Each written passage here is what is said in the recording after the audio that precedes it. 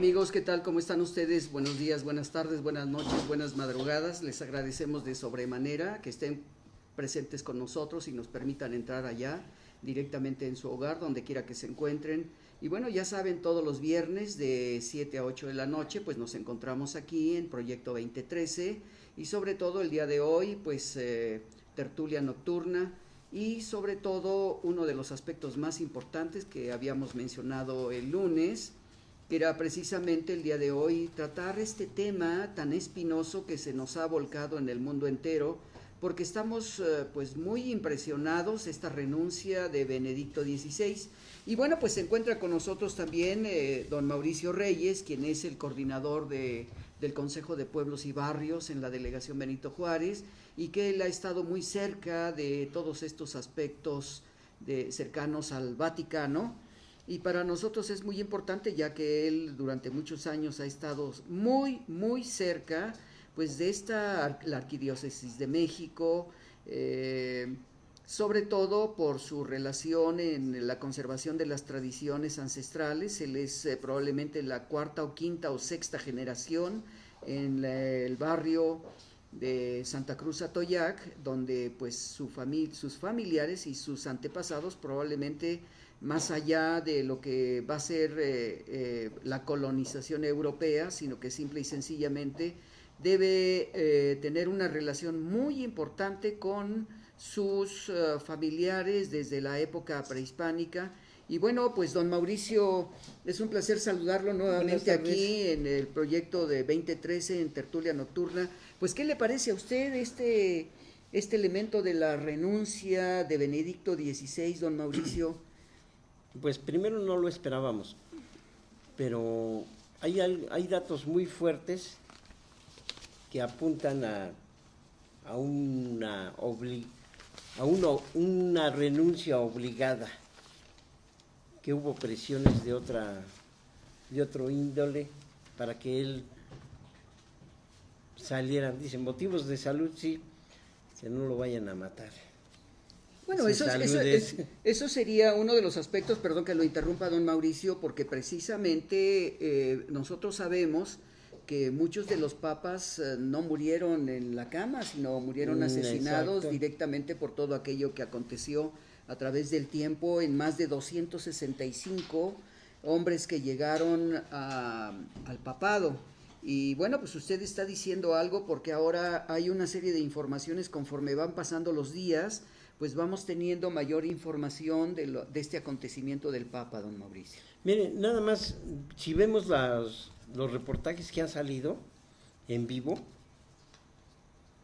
se desmiente completamente lo de su salud. Sí, pues lo hemos visto en estos últimos 3-4 días. Su lucidez es tremenda. Claro. Las preguntas que le hacen las contesta con una fluidez. ¿Podríamos decir, don Mauricio, que entonces hay al interior del Vaticano una circunstancia muy fuerte en la que podríamos decir, el Papa de 85 años tomó la decisión durante el viaje a México y Cuba en 2012, según el Observatorio Romano? ¿Usted cree que haya tomado en esos momentos? Porque ahora resulta de que está saliendo en los periódicos que Benedicto XVI toma la resolución de retirarse del papado porque tuvo un accidente en México. ¿Usted cree eso, don Mauricio? Porque ya hablaron las monjas donde él estuvo y pues no han concluido más que positivamente que no es cierto, por decirlo de una manera no negativamente, positivamente, que no es cierto la caída de Benedicto XVI. Mire, la caída puede ser figurada y el Papa lo está diciendo así, y le voy a decir por qué. Desgraciadamente, nuestro país es un mar de corrupción. Y Benedicto XVI, cuando tomó el poder, cuando tomó el papado, hizo una tradición que ya tenía años que no lo hacían: llamar a todos los obispos de todo el mundo y irlos confesando cada uno. Y cuando sale Norberto Rivera Carrera de él, anuncia eso: México está lleno de corrupción. No recuerdo las palabras precisas que dio, pero sí lo marca, que es un mar de corrupción. Y si él lo está diciendo, la corrupción, lo sabemos aquí nosotros de antemano, va desde el gobierno, de todas las instancias habidas y por haber, en todos los niveles. Y si tocamos el religioso, es enteramente lo mismo. Bueno, de hecho, don Mauricio, ahorita que está usted diciendo los niveles de corrupción, que no solamente son en México, sino en todos los países, en el mundo entero, estamos viendo el gran problema que se tiene en España, pero quiero mencionarles, amigos, permítame, don Mauricio, donde dice viernes 15 en el periódico Crónica, en pie de página, dice lo siguiente: el Papa se golpeó la cabeza en México, mantendrá el nombre de Benedicto XVI a partir del día 28, estaré escondido para el mundo.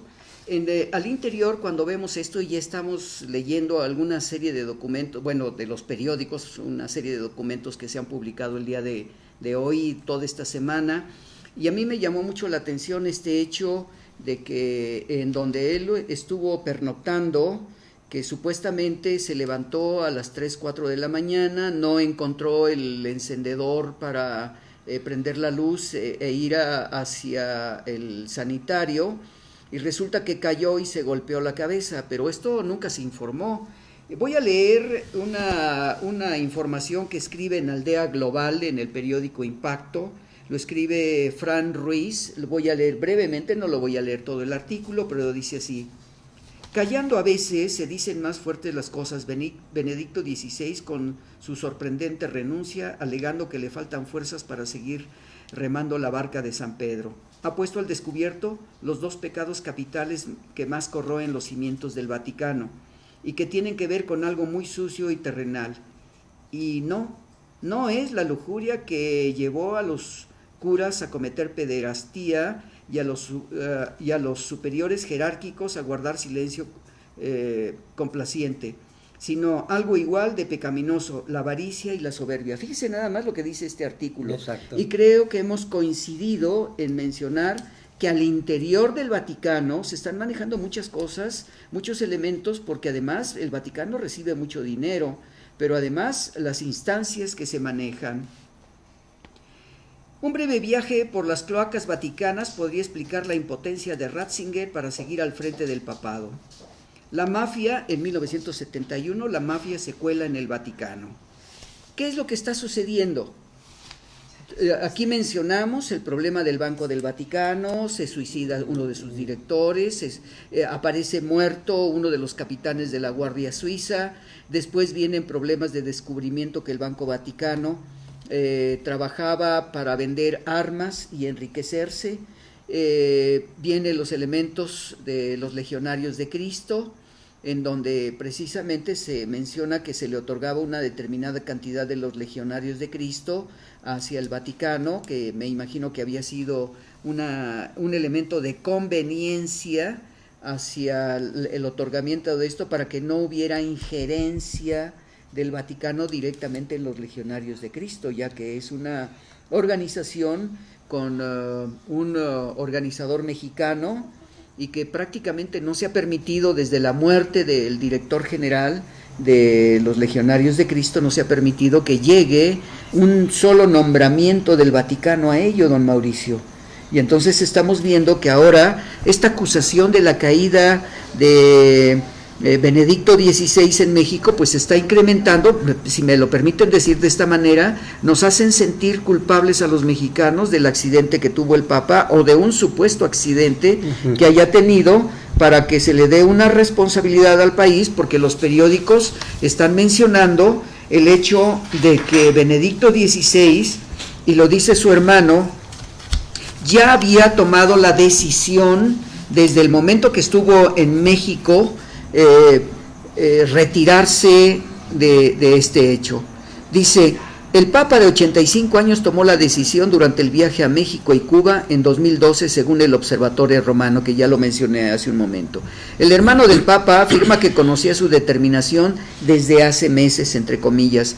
Se trasladará a un monasterio cuando designen a su relevo. El último en dimitir fue Gregorio XII en 1415, hace casi 600 años. ¿Qué le parece esto, don Mauricio?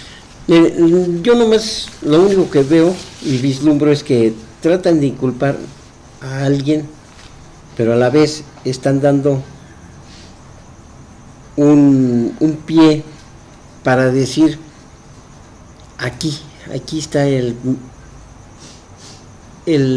de dónde viene, dónde se toma la decisión de dimitir, de abandonar el papado. ¿Por qué?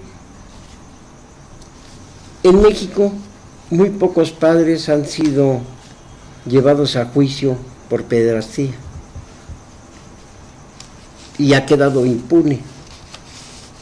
En Estados Unidos pasa lo mismo. No, hay indemnizaciones millonarias que se han hecho a aquellos que han sido tratados por los pederastas, pero que han sido violentados. Pero aquí han quedado impunes. Muy pocos. Se oye de un caso en Veracruz que movió a toda su feligresía para que dijeran que era un santo. Sabemos del poder verbal que tienen los sacerdotes, es tremendo. Y van haciendo un trabajo en tal forma que se crean adeptos muy fácilmente. La iglesia tiene una tradición de 400 años aquí en México. Es difícil romperla de la noche a la mañana. Y aparte la gente, en lugar de cultivarse, de educarse dentro de su propia fe, porque ahí están las armas para poder defenderse de todos ellos, y no lo hace, no entiende su propia fe, no entiende su propia religión, ¿cómo se va a defender de algo que desconoce? Ahí están las armas y la gente se deja llevar y luego pues en pocas palabras hasta pierde adeptos la misma Iglesia Católica por lo mismo. Aquí estamos viendo algo que viene de Cuba a México y en ese lapso según toma la decisión. ¿Qué es lo que pasa ahí? Que le está dando un marco donde dice, aquí estoy tomando la decisión. Cuba es un país comunista, la religión tiene fuerza, pero no tiene la consistencia que... Sí, desde que entró el doctor Fidel Castro. Exacto, ya son varias generaciones de jóvenes que están educados en una forma diferente a la tradición que nosotros todavía tenemos aquí. Entonces, no tiene la fuerza, la cohesión que tiene México. Entonces, ¿qué es lo que le hace pensar? Llega y ve un pueblo diferente a otro pueblo diferente. Ese lapso de un pueblo a otro lo pone, bueno, él ha tenido gran oportunidad de estar en muchísimos países, en los 5 continentes. Pero a lo que yo me refiero es a la verdad de un pueblo como es el cubano y a la verdad de un pueblo como es el mexicano. Desde el punto de vista teológico tiene usted toda la razón. Está completamente opuesto. Él ve una verdad, un pueblo más dentro de sus limitantes, más justo, con más espiritualidad. No quiero decir con esto, no vamos a decir que Cuba no es un país con una mayoría de espiritualidad. Lo que pasa es que ha estado sometido a conceptos filosóficos desde hace más de 50 años. Sí, pero dentro de todo eso lleva una afirmación dentro de su fe católica. Claro. ¿Sí? Claro. Y de eso se vio. Y entonces se va viendo que el marxismo o el comunismo, como lo quieran uno llamar, el socialismo, le da un beneficio a todo el pueblo, en mayoría, cosa que aquí llega al país y ve pueblos sumidos en la miseria, pero tremendos. Sí. Entonces, allí está faltando al precepto de Jesús, de amor, que se marca. Entonces no hay todo ese amor. La Iglesia Católica, en lugar de amor, destila corrupción, destila odios, venganzas, rencores. Sí, yo creo que lo que usted está diciendo, y me parece muy interesante, don Mauricio, porque precisamente el artículo que se publica en Crónica, que se llama El Empedrado, un papa en el desierto, está redactado por Francisco Báez Rodríguez, del periódico Impacto, en la sección Opinión, y dice lo siguiente. Fíjese que a mí me llamó mucho la atención al leer este artículo en el que se está considerando a Benedicto XVI como un antiprogresista. A mí me parece que no es cierto. No. Me parece que Benedicto XVI, tanto Juan Pablo I, Juan Pablo II y ahora Benedicto XVI,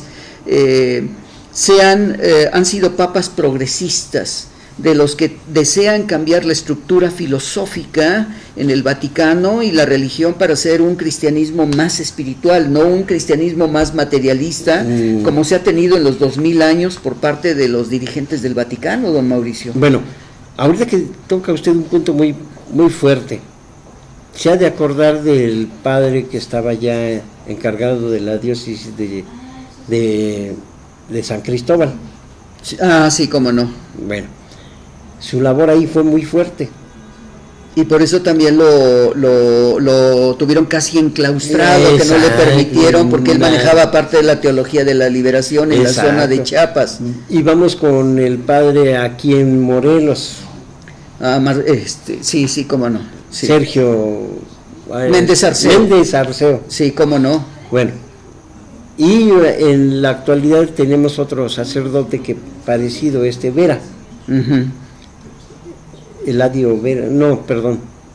Vera, no recuerdo su nombre. Ahorita nos acordamos de él. Pero este sacerdote llevan la misma tónica exactamente. Entonces usted los ve que si no tienen un poder dentro de la misma iglesia, no pueden llevar a cabo ellos su propia idea, su propio concepto de teología, donde ellos ven un pueblo sumido en la desesperación, en la hambruna.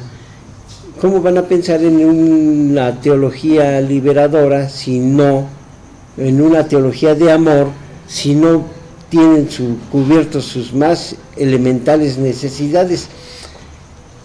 Aquí lo que estamos viendo es un choque de poderes económicos dentro de la misma iglesia. Ya lo dijimos, pederastía, abusos sexuales, corrupción, venta de armas, tráfico de artes. No, y resolver el problema de los sacerdotes, que no se les ha permitido que se casen, no se permite que ejerzan las mujeres el sacerdocio. El celibato sacerdotal es una de las cosas que se ha estado conservando. Yo creo que Juan Pablo I, Juan Pablo II y Joseph Ratzinger precisamente nos hablaba de este cambio, de esta estructura. Me voy a permitir leer algo dentro de lo que encontré en algunos artículos para darnos cuenta de todo ello, y dice lo siguiente: Benedicto XVI, aunque compartía el carácter antiprogresista, que ya consideramos que no es cierto, siempre ha sido una figura muy diferente a la de su antecesor, Juan Pablo II. El papado de Wojtyła se nutrió de una esencia directamente política en contra del comunismo. Es lo que usted estaba hablando hace un momento. Exacto. En esta referencia, porque también tuvo la experiencia Juan Pablo II de haber estado con el doctor Fidel Castro, haber estado en Cuba y haber estado en México, y no nada más en ese. Juan Pablo II estuvo en América Latina haciendo visitas muy importantes, trascendentales, prácticamente desde Estados Unidos hasta el sur, y dice así. A ver, permítame tantito. Sí. Mire, aquí vamos a tomar algo de Juan Pablo II muy especial. Sí estuvo en contra del comunismo, pero cuando llegó su momento, al presidente de Estados Unidos, que lo quería sobornar, lo quería hacer como tienen ellos acostumbrado, le dijo, tampoco. Sí, se rebeló. Se rebeló y le dijo, claro, ¿sabes qué? Los pueblos que tú tienes sometidos no tienen la libertad, no tienen el goce de un buen sueldo, de un buen estatus de vida. No, y sobre todo la espiritualidad, que era lo más trascendente para Juan Pablo II. O sea, de todos modos, ni con el comunismo, ni con el capitalismo, con ninguno de los dos pudo estar contento. ¿Por qué? Porque ninguno de los dos en su momento le llenó. ¿Sí?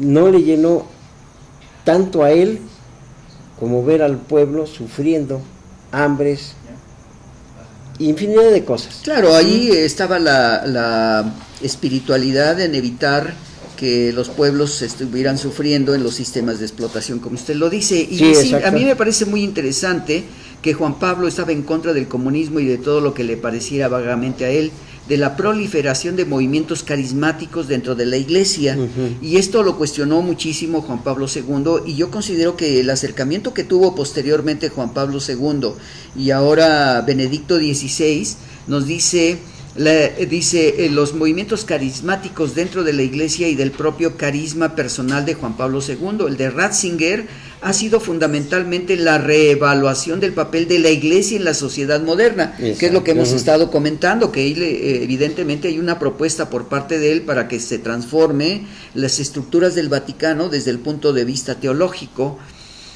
Dice, y la obligada limpia de muchas de las cosas sucias que proliferaron en el Vaticano en años anteriores.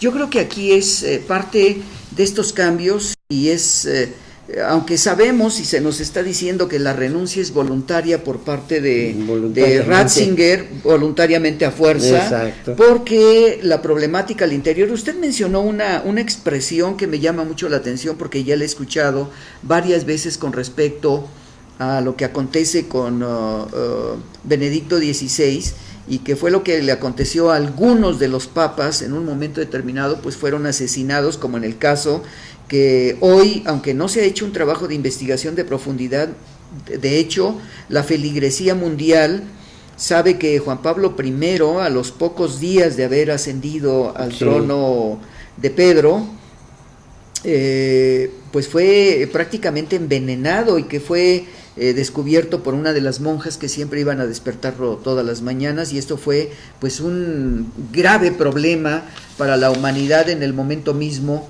que se descubrió esto, y entra Karol Wojtyła, que es el sucesor de Juan Pablo I, y adopta el nombre de Juan Pablo II, y después ahora Ratzinger. Pero fíjese, don Mauricio, que me encontré un artículo sumamente interesante donde nos habla un poco de la historia del acontecimiento con el último papa, Celestino V. Dice, Celestino V renunció también por voluntad propia y acabó en el infierno de Dante. Fíjese nada más. Sí. Dice, esto está escrito por Fran Luis en el periódico Crónica del martes 12 de febrero de este año 2013, y dice, de los 265 papas, solo 4 entregaron en vida las llaves de San Pedro.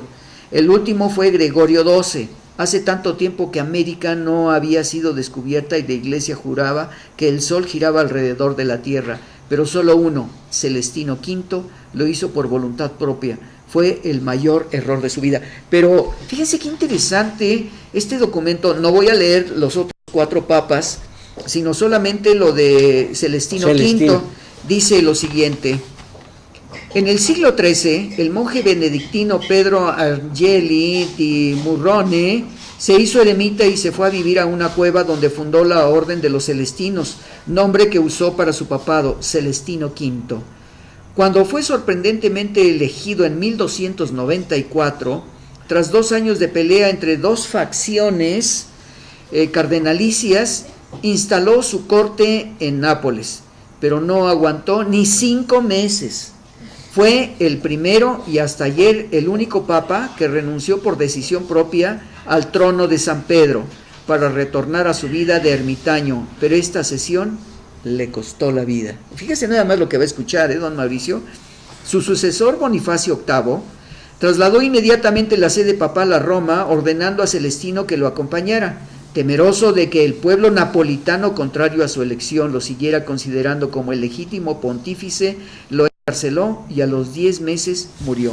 Quiere decir que Celestino V fue ejecutado prácticamente. Claro.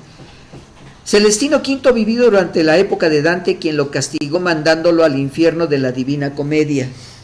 Allí el genial escritor vio al que la gran renuncia hizo por miedo. Bueno, a mí me parece muy interesante esto porque fue el último que renunció, este personaje Celestino V, y prácticamente los 4 papas anteriores que hemos mencionado, que se mencionan, que son los únicos que han terminado su reinado papal, por decirlo de una manera, pues prácticamente entregaron las llaves, don Mauricio. En claro. 600 años no había acontecido esto en el Vaticano. Bueno, ya viéndolo cómo renuncia Celestino V, encontramos que son muchas coincidencias y no es de extrañarse que de repente por ahí aparezca que se suicidó. Bueno, el hecho de que en estos momentos estén diciendo que Benedicto XVI tuvo un accidente, yo le agradezco mucho a Diana que nos esté presentando en estos momentos la imagen precisamente de Benedicto, de Celestino V, y nos esté permitiendo conocer la imagen del personaje que renunció en aquellos momentos a su pontificado. Ahora surge un elemento circunstancial muy fuerte, don Mauricio, porque prácticamente tenemos al frente ya las profecías de San Malaquías y en un momento determinado la existencia de dos papas, porque si Benedicto XVI se retira, y como dicen ya los periódicos que él va a permanecer oculto, en donde se va a retirar con unas monjas, que va a estar ahí enclaustrado, pues vamos a tener circunstancias muy particulares, porque estamos regresando a estas profecías. Exacto. En donde va a haber dos papas, y vamos a entrar, a mí me parece que próximamente vamos a tener, después del día 28, un cisma, porque exacto, la reunión de todos los cardenales y quienes vengan a este concilio para establecer la elección del nuevo papa. Vamos a ver algo muy curioso aquí. La elección se hace con todos los obispos, todos los cardenales de todo el país, de todo el mundo. Benedicto ha dejado una mayoría de sacerdotes, de cardenales ordenados por él, y eso le da una supremacía que puede seguir la secuencia de su forma de pensar con esas gentes al frente, que pudiera ser. Pero hay que ver las otras influencias, porque no se van a quedar callados. Aquí mismo en el país nosotros vemos cómo la Iglesia Católica tiene influencias, por un lado, de los sacerdotes tradicionalistas, que están acostumbrados a la buena vida, a todos los placeres terrenales y demás, y los otros sacerdotes que son los que se preocupan un poquito más por el pueblo. Entonces ya tenemos ahí una parte, más sin en cambio esas dos tendencias están luchando aquí en el país. Imagínese a nivel mundial. Bueno, la lucha la tenemos entre los tradicionalistas, los conservadores y los progresistas. Aquí exacto, hemos tenido cardenales progresistas. Claro. Y la verdad, bueno, usted lo mencionó hace un momento, Méndez Arceo, exacto, lo tuvimos en Nicaragua, y con precisamente Ernesto Cardenal, sí, y grandes personajes que ya lo hemos comentado, gente progresista como fue la Madre Teresa de Calcuta en su momento, que fue merecedora del premio Nobel. Pero amigos, vamos a un breve identificación de canal. Recuerden ustedes, estamos en Tertulia Nocturna todos los viernes de 7 a 8 de la noche, y estamos aquí precisamente en Proyecto 2013, transmitiendo desde la Ciudad de México, con nuestro invitado del día de hoy, don Mauricio Reyes, tocando el tema Benedicto XVI y su renuncia. Regresamos, amigos, no nos tardamos, un minuto por favor.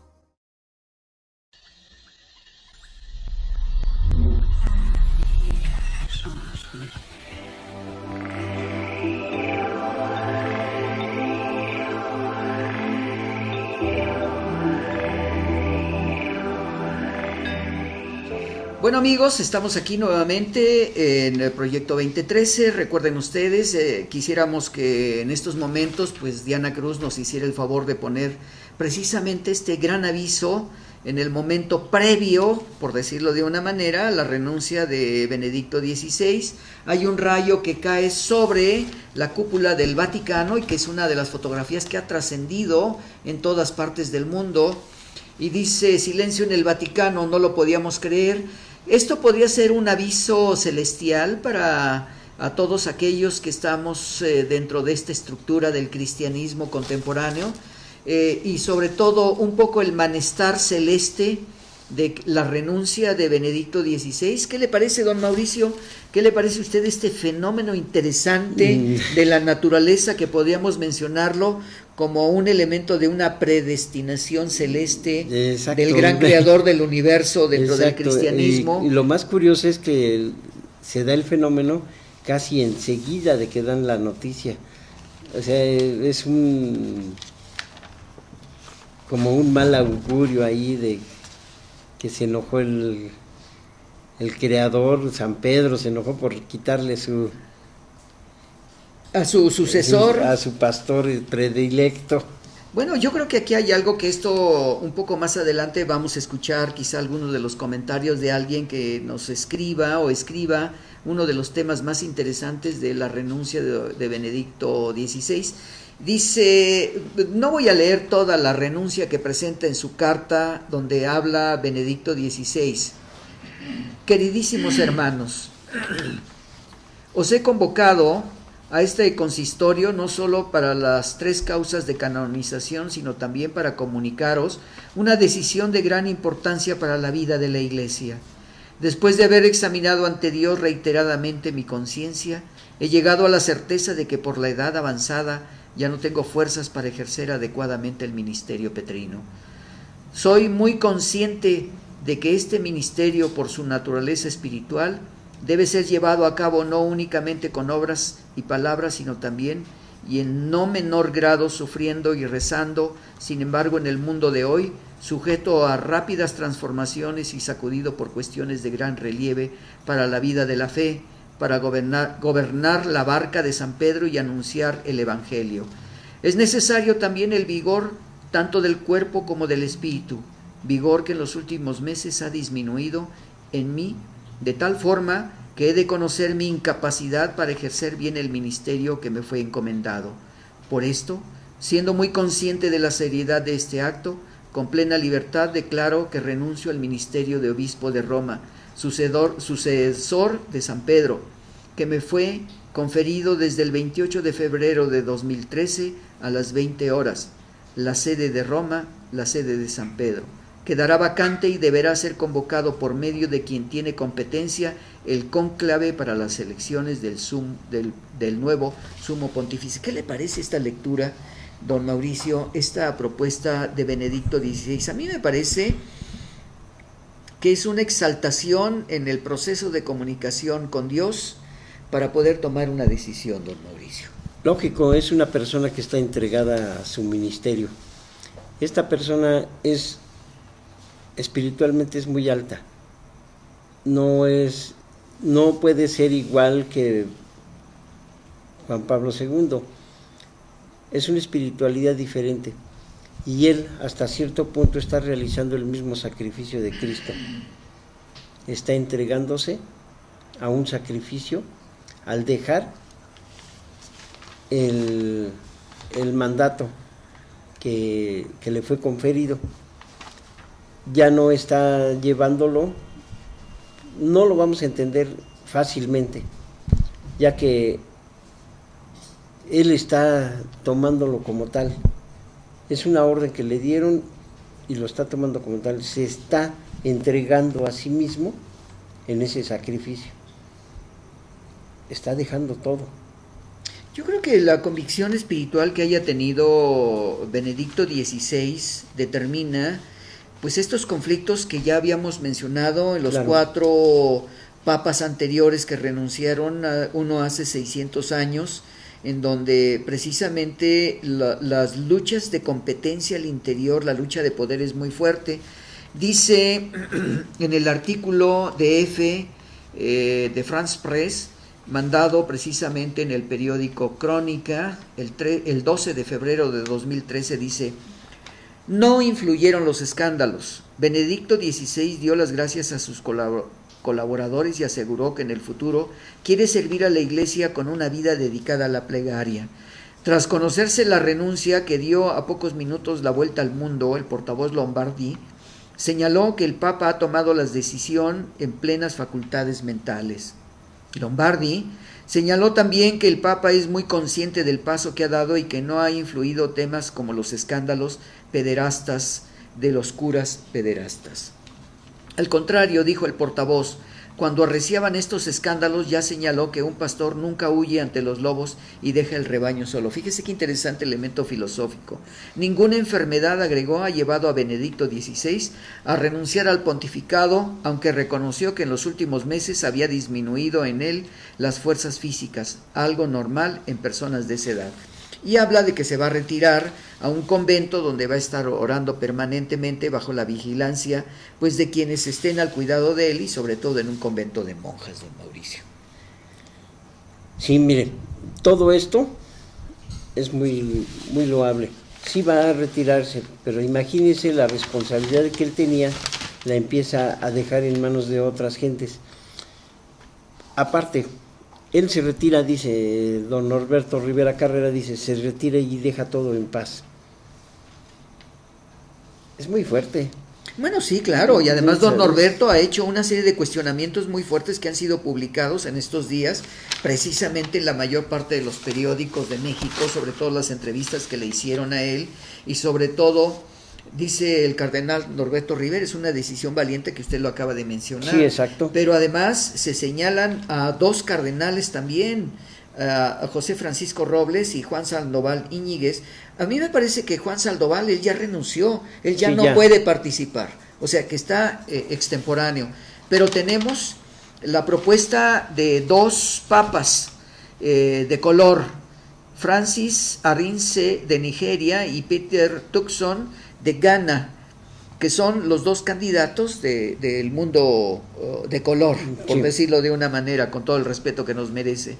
Está Mark Killet de Canadá y Odilo Pedro Scherer de Brasil, que son dos de los 4 personajes que están candidatos. Hay otros más, hay también de Angelo Scola de Italia, Timothy Dolan de Estados Unidos, y de Brasil pues hay 2 más de Brasil. Entonces esto nos parece muy interesante porque se está diversificando. Pero don Mauricio, a mí me parece que al estar en esta convocatoria que se va a hacer en esta reunión del probable sucesor de Benedicto XVI, a mí me parece que en los primeros días va a haber grandes discusiones al interior, que no las vamos a conocer, don Mauricio. No, eso se lo mantienen muy callado, muy secreto, y son al interior, y hasta que no salga humo blanco, no veremos nada. Pero a nosotros en estos momentos, y me permito decirlo de una manera que no me interesa el hecho de que salga el humo blanco. No. Van a discutir en esta reunión el hecho de la renuncia de Benedicto XVI, y va a haber quién va a cuestionar esta renuncia. Ah, claro. Porque en un momento determinado no puede haber un papa vivo y un papa elegido que haya renunciado, porque entonces se va a convertir en 2 papas. Lógico. Ahora, en la reunión que se vaya a tener ahí va a haber una discusión muy fuerte para saber el por qué, y yo creo que en estos momentos, cuando se haga esta reunión y las grandes discusiones, la Iglesia tiene que cambiar y ser más progresista y actualizarse al mundo contemporáneo, don Mauricio. Vamos, aquí tenemos dos papables negros, sí, de África. Y le voy a decir una cosa, ellos traen una enseñanza diferente, porque sus pueblos han sido reprimidos. Exacto, a través de los últimos 400 años. África ha sido reprimida. Evidentemente tienen que ser más, estos cardenales tienen que ser más espirituales. Claro, lógico. Bueno, entonces a eso, imagínense, son 2 candidatos de una misma región, de Brasil son 2 también o 3. Sí. Y si se fija, son los lugares que más han sufrido, entre ellos México, y de México no hay ninguno. Bueno, en el caso de Norberto Rivera Cabrera, nosotros hemos escuchado muchas versiones que, aunque todos los que vayan a esta reunión, en donde se haga este cónclave, pues el señor Norberto Rivera no tiene pues los elementos para que él sea papable. Lo pueden mencionar por el solo hecho de la asistencia, pero evidentemente ya se habla de que el Papa será africano o latinoamericano o europeo. Prácticamente podemos decir, hay quien habla que tiene que regresar un italiano al poder eclesiástico y el poder vaticano. Yo me inclino más por los negritos. ¿Por qué? Porque son mayoría. Ya, si usted se fija, lo que le decía yo hace rato, Benedicto XVI ordenó 60 y tantos obispos. Bueno, lo que pasa, recuerde que son usted los que que tienen la facultad para poder elegir. Los 75 años que tienen cada uno de ellos, como en el caso del señor Juan Sandoval Íñiguez, que él ya no tiene oportunidad de participar porque él renunció hace prácticamente 2 años. Sí, pero porque por tener ya mayoría de edad, 75. Pero al renunciar él ya no tiene la capacidad para ir allá. Bueno, pero mírame, a lo que me refiero yo es que los obispos que están vigentes son 70 o 60 los que están. Son mayoría de los 117 o 119 que son los que entran al cónclave. Entonces, imagínese que puede salir uno de ellos. Llevan un poquito de mayoría, siguiendo la trama de que son puestos por Benedicto XVI. Bueno, Juan Pablo II fue lo que hizo prácticamente 2 años antes él de fallecer. Había hecho una elección de 30 y tantos cardenales y obispos en el mundo. Y él determinó una mayoría en Europa para evitar que en Latinoamérica se diera un personaje papable. Y esto fue lo que aconteció porque la mayoría determinó Benedicto XVI al ser el secretario particular y al ser el que analizaba las causas de la fe en aquellos momentos. Benedicto XVI era el secretario de Juan Pablo II y pasa a ocupar varias jerarquías y se le ocupa, aunque él, como leíamos hace rato y escuchamos, que no era de los tradicionalistas, no, pero no solamente eso, que no era de los progresistas, era antiprogresista. Yo creo que en estos momentos la renuncia de Benedicto XVI tiene que ser con uno de los objetivos que quizá él, dentro de las propuestas que hizo para cambiar las estructuras y actualizarlas, no el concepto filosófico de Jesús, no, sino actualizar los conceptos de la Iglesia para tener una forma actuante en lo contemporáneo. Claro. Mire, aquí hay algo muy curioso también. ¿Por qué no le dan a las mujeres? ¿Sí? A las monjas. Pues a lo mejor fue perdón, Mauricio, a lo mejor fue una de las propuestas que tuvo Benedicto XVI, como también lo hizo Juan Pablo, pero el poder de los tradicionalistas es muy fuerte. Bueno, pues nos están avisando, don Mauricio, que el tiempo ha terminado. Un comentario final de 30 segundos, don Mauricio. Simplemente que pues el Papa que esperemos que llegue continúe esta labor renovadora, porque lo necesita la Iglesia, lo necesitan los pueblos donde es mayoría la Iglesia, y necesita precisamente esa sabiduría de esos pueblos modernos, ¿sí? De esa Iglesia, que es una Iglesia con más de 2000 años, con esa sabiduría, ella puede darle ese arranque a los pueblos, a una mejor vida, a una mejor goce de todos los confines para el propio pueblo.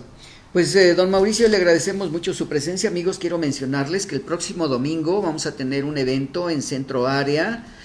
¿A qué hora? A las 5 de la tarde va a haber una presentación con un espectáculo precisamente, y una conferencia por Gerardo Said el próximo domingo. La dirección es Reforma 199. ¿En qué piso lo vamos a tener? En el segundo piso. Vean ustedes, ahí va a haber una presentación de las tradiciones de México, pero además una conferencia dictada por nuestro director general, Gerardo Said. Así es que no se les olvide, el próximo domingo a las 5 de la tarde, pues estarán ustedes presentes ahí para poder entrar. ¿Tiene un costo esto o...?